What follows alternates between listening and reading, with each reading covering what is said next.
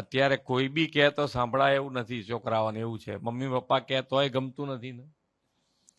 કેટલા જણે ટીવી કે સોશિયલ મીડિયા જોવાનો ટાઈમ નક્કી કર્યો છે આટલા બેઠેલામાંથી? એ નક્કી કરીને મને કહે, કોઈ આંગળી ઊંચી કરીને બતાવી શકે કે ભાઈ હા મેં 1 કલાક 2 કલાક અડધો કલાકનો ટાઈમ નક્કી કર્યો છે એવું?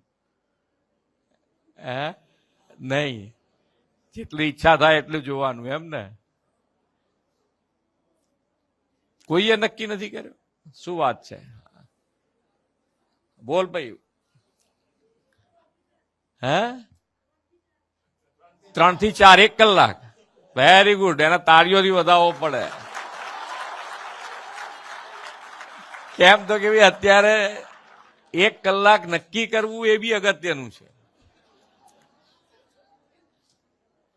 નહીતર તો શું છે કે પછી અંદર અંદર કદાચ ચર્ચા એ લોકો કરે, તું ગપ્પા મારે છે ને બધું બરોબર છે.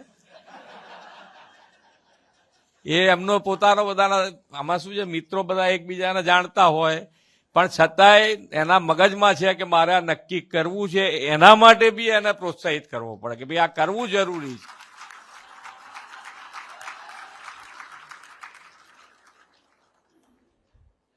કારણ કે અત્યારે નક્કી ખરેખર આ એવી વસ્તુ છે કે જેમાં તમે પરોવાઈ જાઓ તો તમને ખબર જ ના પડે કેટલો ટાઈમ ગયો. અમારા બધામાંથી પૂછો તો એમને ખબર ના પડે. સોશિયલ મીડિયા ચાલુ કર્યું એક વખત તો કેટલો ટાઈમ થયો ને કેટલી રોટલી ખાઈ ગયા એ ખબર ના પડે, જો ખાતા ખાતા જોતા હોય તો. સામેથી બૂમ આવે કે હવે બહુ થયું, પતી ગયું છે એમ. એટલે આની અંદર વિદ્યાર્થીઓ ખાસ નક્કી કરવું જોઈએ કે ભાઈ આ વારે ઘડીએ કહેવાનું મારું એટલો જ તાત્પર્ય છે કે એની અંદર ટાઈમ તમારો અત્યારે એની અંદર તમારે જરૂર નથી.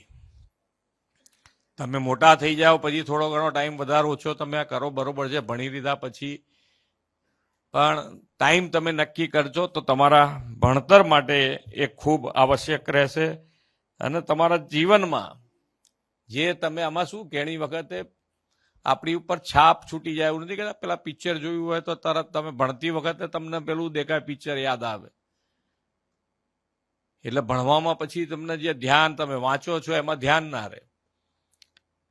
એટલે તમે જેટલું ઓછું જોશો એટલું તમારું જે તમે વાંચો છો, તમે જે ભણો છો એની પર વધારે કોન્સન્ટ્રેટ કરી શકશો અને એ તમને યાદે રહેશે. નહીતર પરીક્ષામાં ઘણી વખત વાંચેલું યાદ ના આવે એવું થાય.